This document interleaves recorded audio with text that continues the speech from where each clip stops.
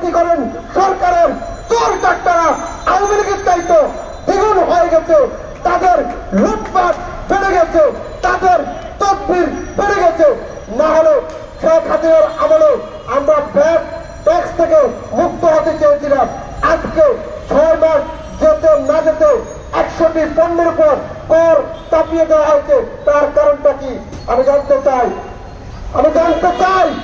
আপনাদেরকে বোঝানো হয়েছিল দেশটাকে সংস্কার করার জন্য, জনগণের দ্রব্যমূল্যটা প্রথমে সংস্কার করার জন্য, রাস্তাঘাট উন্নয়নের জন্য নয়। হেলিকপ্টার করে 100টা কম্বল দিয়েছেন আর 1 লাখ টাকা ভাড়া দিয়ে হেলিকপ্টারে গিয়েছেন, এটার জন্য নয়।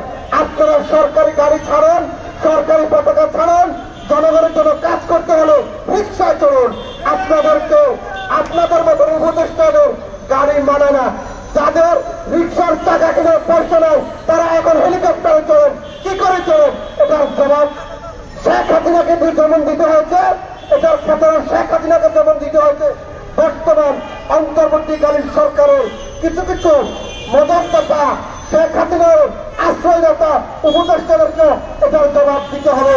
কারণ জনগণের আবেগের জায়গাটাকে, রিক্সা শ্রমিক মেহনতি মানুষের এই আবেগের জায়গাটাকে তারা দুর্বল করেছেন। এই আবেগী জাতি যদি আবার খেপে যায়, শেখ হাসিনা পালানোর জায়গা পেয়েছে, আপনারা পালানোর জায়গা তো দূরের কথা, কবরস্থানে আপনাদের জায়গা হবে না, রাস্তাঘাটে আপনাদের অস্তিত্ব পড়ে থাকবে, দুর্গন্ধ বের হবে, কেউ আফসোস করবে না। কারণ এই জাতির সাথে আপনারা প্রতারণার আশ্রয় নিচ্ছেন। আমরা দ্রুত নির্বাচন চাই। দ্রুত কেন নির্বাচন চাই? তার প্রেক্ষাপট একটাই। আজকে যদি আপনাদেরকে পরিষ্কার ভাষায় আমি 2-4টি কথা বলি, সেই বক্তব্যটি আমার একবারও মেসেজটা ক্লিয়ার। কারণ এই কারণে ক্লিয়ার, আমরা চেয়েছিলাম এই অন্তর্বর্তীকালীন সরকারে যারা উপদেষ্টা হয়েছেন তারা দেশটাকে 2-4টি বছর হাতে নিয়ে জনগণের অধিকারের সম্পূর্ণ অধিকার আদায় করবেন এবং কাজ করবেন, সংস্কার করবেন। কি দেখছি? কোটার জন্য আন্দোলন করেছি, আর কোটার জন্য আন্দোলন করতে গিয়ে নিজেরাই কোটার ভিতরে পড়ে আছি, কোটা থেকে বের হতে পারিনি।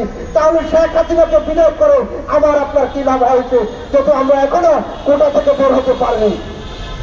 আমরা চাই বাংলাদেশে কোনো কোটা থাকবে না, বাংলাদেশে কোনো বৈষম্য থাকবে না।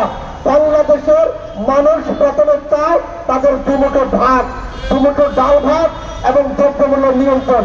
এরপরে আপনি রাস্তা করেন, ঘাট করেন, ব্রিজ করেন, তারপরে আসবে। কিন্তু আগে জনগণের দ্রব্যমূল্যটা দিতে হবে। এই সরকার সেই দ্রব্যমূল্য দিতে ব্যর্থ হয়েছে।